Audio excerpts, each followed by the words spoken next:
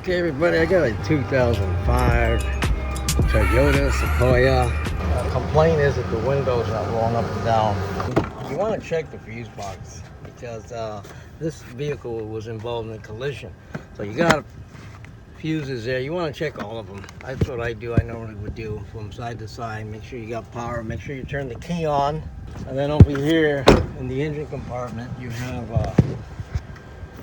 a fuse box here and there. So anytime you work on a vehicle that's been in a collision, you always want to check the fuses first. And this, I'm going to make this really simple for y'all because I know you get bored when you see videos and you just want to get to the point. What happens here, you want to take this whole panel off. 2, 3, 4, 5, 6, 7, 8, 9, about 10 bolts. They're 10 millimeters. I've already taken almost all of them off, but I want to make this video really quick for you. The way this works is there's a plastic panel, there's a screw in the center, and then you pop, pop, pop. Then you'll see the metal plate here, which is this one here. And you're going to take off about 10 bolts, 10 millimeters. And right here, there's two 10 millimeter bolts. This is a circuit. It's to prevent the window from going down and breaking, and it's a brake system.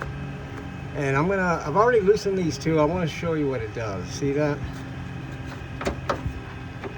See that?